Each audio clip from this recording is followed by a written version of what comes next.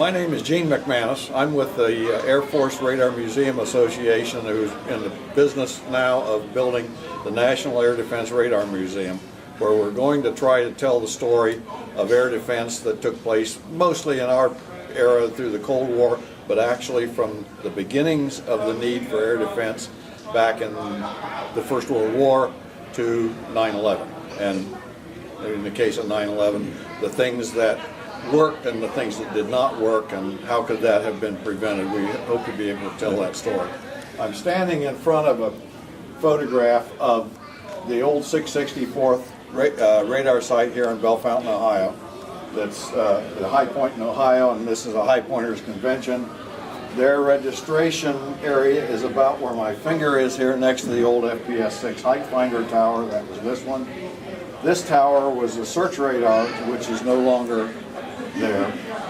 And the third tower is the FPS-26 height finder tower, and we've leased this tower now for the creation of the Air Defense Radar Museum. We intend to have it look as much like this as we can, with the bottom part where the open superstructure is enclosed in glass, and an acrylic or fiberglass radome on top that will be at least partially clear so that you can go up there and see out, and then the high pointers can come back and be at the highest point in Ohio, really. Mm-hmm. So would this museum be a national project, or just? It's a national project, yes, and the reason is twofold. One is those of us who were in the air defense business so many years ago are rapidly dying off. We're aging, and our version of air defense is no longer done. And we'd like to tell this story. We kept the Russians out with the nuclear weapons for 50 years, and we think we did a good job at it. We'd like to tell the public about what that was all about. The second is there is no other museum for air defense. It's not even part of the National Air Force Museum in Dayton. And try as we might to get something down there, it's never happened. So we want to be able to tell our story to the public and educate the younger folk to what it really took to keep the nuclear weapons off our soil. So this would be this would be a significant museum then, if you. We think it will be, yeah. We may not have an awful lot of hard artifacts like actual radars, but we kind of like to get some of the more visual components, things like the radar scope that people have seen, and mostly incorrectly on movies and TV. We'd like to get those in and simulate what an actual intercept mission would look like. We'd like to have maybe some antennas. They're kind of neat to look at, the bigger ones. A plotting board, and maybe none of you know what that is, but a plotting board is where we used to track the approaching aircraft and mark them in magic marker, and the guys putting the stuff on that plotting board had to be on the back side of it, so they had to learn to write backwards. Well, we'd like to simulate that too. Wouldn't the kids or dad like to be able to write backwards and see if they could do that? We'll simulate that. We'd like to simulate a bubble check. A bubble check that happened once in a while. It's probably the only time most of us ever saw airplanes in our business. After a successful mission, once in a while you could talk the airplane drivers into bringing the airplanes into a low pass, maybe right about here at about Mach 0.8, 550, 600 miles an hour, and come over for the low pass, and everybody be outside cheering and waving, and it was always good fun. So we like to simulate that as best we could. Imagine this: you're in a relatively quiet area, and you hear something approaching from your back a little bit, and instantly, almost, it's right over your head. The afterburners light up, and it goes into a vertical climb, and it'll probably make you shiver a little bit. And that's what we intend to simulate. Can't do it with real airplanes, but maybe we can do it with stereophonic sound.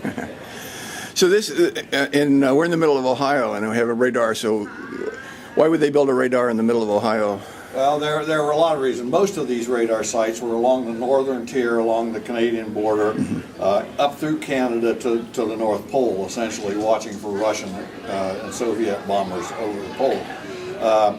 There were also some on the east and west coast where look for approaching enemy aircraft from across the oceans.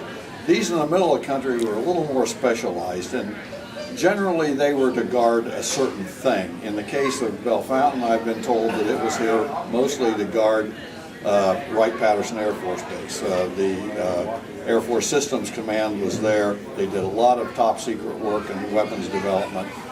There was one similar to this in the middle of Tennessee that guarded Oak Ridge, the nuclear development enrichment plant there.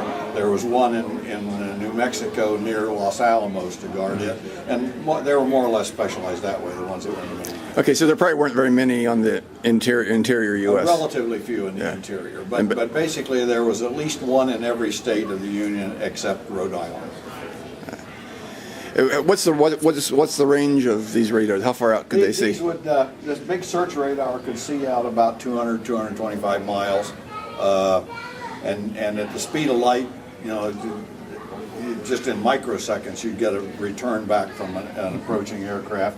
The height finders would reach out about the same way, and they work a little different. The search radar would basically go round and round, 5 RPM, scanning outward. Then if there was an airplane discovered in that, then they could point the height finder, move it around to where they saw the airplane, and it would nod up and down until you could tell how high that aircraft was, and they could start vectoring airplanes, interceptors to that area. And if they, let's say they found an enemy aircraft coming in, what would happen then? If we had a true unidentified aircraft that wasn't responding to requests for codes or verbal contact, there would be airplanes probably from here scrambled out of Wright-Patterson, interceptor airplanes that would be vectored to where that airplane is to go take a look at him. They wouldn't have shoot-to-kill orders yet, but they might if it was determined that, yes, that's a threat. They could have shoot-to-kill orders. And while we're talking about that did not happen on 9/11 for a couple of reasons. One of them is that the radar system today, in 2001, worked mostly by computers. And they send a query out to the airplane that's being seen, and the airplane responds back with another code. Well, that's called a transponder. The signal comes back from the transponder, and the enemy there, the attackers, turn the transponders off, essentially making these airplanes invisible. And when that happened, nobody in the world now, or in the United States now, knew how to read what we called skin paints, the raw information from the radar return. That just wasn't done, and these airplanes disappeared from the radar. That would not have happened in 1963. There would have been somebody going up and taking a look at them. Now, whether you could talk a 25-year-old captain driving an airplane with missiles on it to shoot down a civilian airliner, I don't know. That'd be a tough call. But in the case of those, if the transponder was off, they weren't responding, they wouldn't turn around, they wouldn't land when told to, something like that, they would have had shoot-to-kill orders. So when was the heyday of this program? Cold War period, post-World War II up until the middle 70s, I guess. And by that time, then, the perceived threat became a ballistic missile threat, nuclear-tipped missiles. And we did have radar defenses against those, too. It was actually part of the whole defense picture. There were ballistic missile early warning radars in Alaska, in Greenland, and in England that looked over the pole, again, at the Soviets, because they were our enemy at that time, and where we thought the threat was coming from. So I'd say up until about the early to middle 70s, and then they started shutting down these little radar stations. They all went to the either satellite surveillance or the BMUs, the ballistic missile early warning system. And these were pretty much forgotten except for air traffic control and just a very few defense radars. They called them Joint Systems Service, or JSS, where the Air Force teamed with the FAA for surveillance. But there were very, very few by comparison to what there was in the heyday of the bomber. So why did you pick Bell Fountain for a museum as opposed to someplace else? We looked at about 35 sites initially. We had 35 sites on our list. We looked at a number of them in particular. We went to Keesler Air Force Base in Mississippi, where most of us electronic technicians and radar operators train. We thought that would be a good site perhaps. We looked at a site in Texarkana that is almost a pristine early 50s radar site, except it's all grown up in weeds, but the buildings are still in pretty good shape, and there's quite a few of them. We looked at a site in Osceola, Wisconsin, and a couple of others. It turns out that this one was most favorable to us. The principals that are working this right now live within about 3 to 4 hours from here in Bell Fountain. So it's not impossible for us to get back and forth. It essentially would have been impossible to get to someplace like Texarkana, for instance. They also offered us a very, very desirable lease. We've leased this tower for long term at essentially no cost to us. The school here, Ohio High Point Career Center, has been just absolutely phenomenal with the publicity for this. And if you look around this area we're in, you'll see some artifacts from the old Aircraft Control and Warning Squadron. Now the building we're in and the area in the building we're in is a cafeteria area where students congregate, and the school thinks it's important for the students to know the history of this site, and they have been instrumental in getting displays up, and they're very proud of the fact that this was an historic air defense center. So do you live in Ohio, or? I live in Ohio near Columbus, which is an hour and 15 minutes from here to my house. Yeah. So I'm relatively close. 2 of our board members live here in the Bell Fountain area. One board member is in Indianapolis, and another one in Columbus. So we're, give or take, we're relatively close.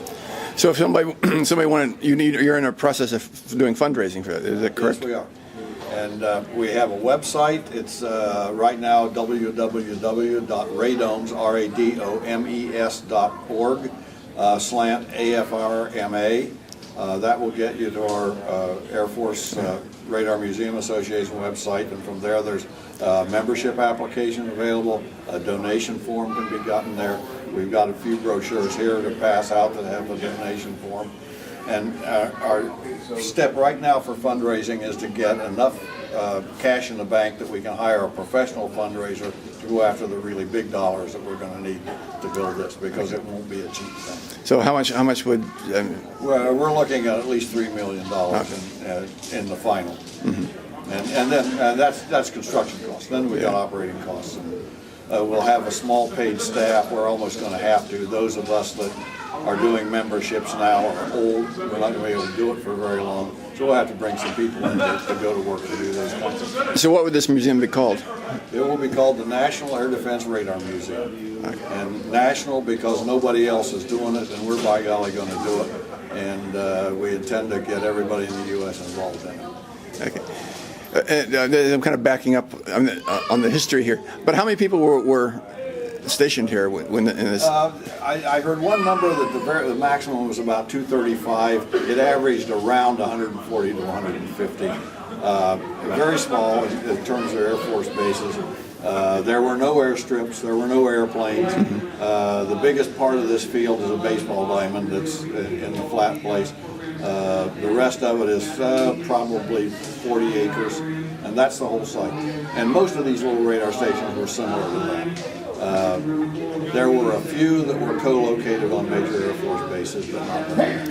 This program was run by the Air Force, is that correct? Yes, this was Air Defense Command, U.S. Air Force, and it started, the air defense system, the Continental Air Defense was started right after World War II, and it even, before radar, they had a program called the Ground Observer Corps for civilians that would volunteer to go out in a little outpost out at the edge of town someplace, and if they saw an airplane, they'd look at it with binoculars and say, yes, that's a 4-engine airplane, and it's about 3 miles due south, and I'm going to get about 8,000 feet, and then they go to the telephone and dial it, and then they say aircraft flash, this is Hotel Kima 25 Black, Hotel Kilo 25 Black. I can't even remember my phonetic alphabet anymore. It's been too long.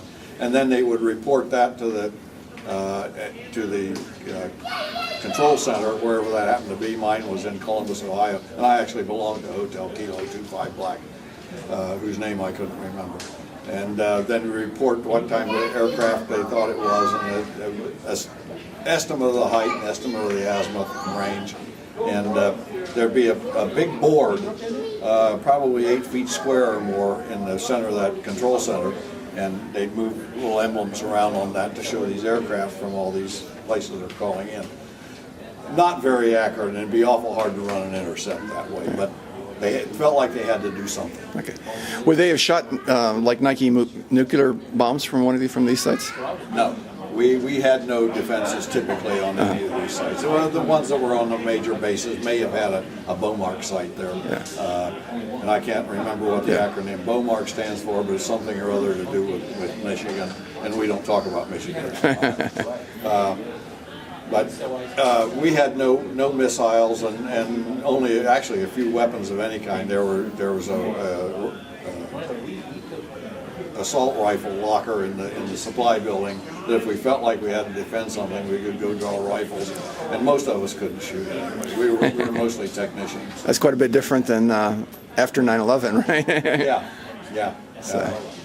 9/11 was tragic in a lot of ways, and it pointed out one very big weakness, and that was air defense. And that's what we're all about, is air defense. Interesting on the 9/11 thing, and the day that happened, it's reported that there were only 7 operational interceptors in the country. So there were 2 in the area of New York and Washington. Well, you said that the raw data would have shown up on 9/11. Who would have interpreted it? Well, if there was even put on the screens, the operator sitting at these screens that normally saw the computer input from the transponders would have been the ones that would have seen it, but they're no longer trained to do that. Yeah. They don't know what a raw skin, we call it skin paint. No, but I meant in the back in the days when this was active. We had a room in our operations building in the manual days, and even the early computer days, where physical people sat at the radar scopes and watched 24 hours a day, 7 days a week, 365 a year, nonstop. Even Christmas, and we tracked Santa Claus on Christmas, by the way. And they would watch this antenna rotate, and a blip, as the TV calls them, would show up on there, and the guy would be on his phone talking to the plotting board, who would plot this on the plotting board, and up above us sat what we call weapons controllers. They were in a little glass room, and it was much quieter in there. And they would get this information and determine whether they had a possible hostile, and make the proper calls to start the ball rolling to say, is this a hostile aircraft or not? And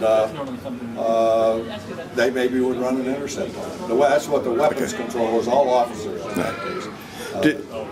Did they have, I assume they had computers here at that? In the later days. In the later days. They didn't have computers initially. How big were, like, did the computers take a whole room, a whole building or something? A whole floor of a 4-story building, 5-story building to hold these. They generated enough heat to heat the city of Columbus, I think. They were all vacuum tubes in the early days, built by IBM, and that was called SAGE, Semi-Automatic Ground Environment, and the computer was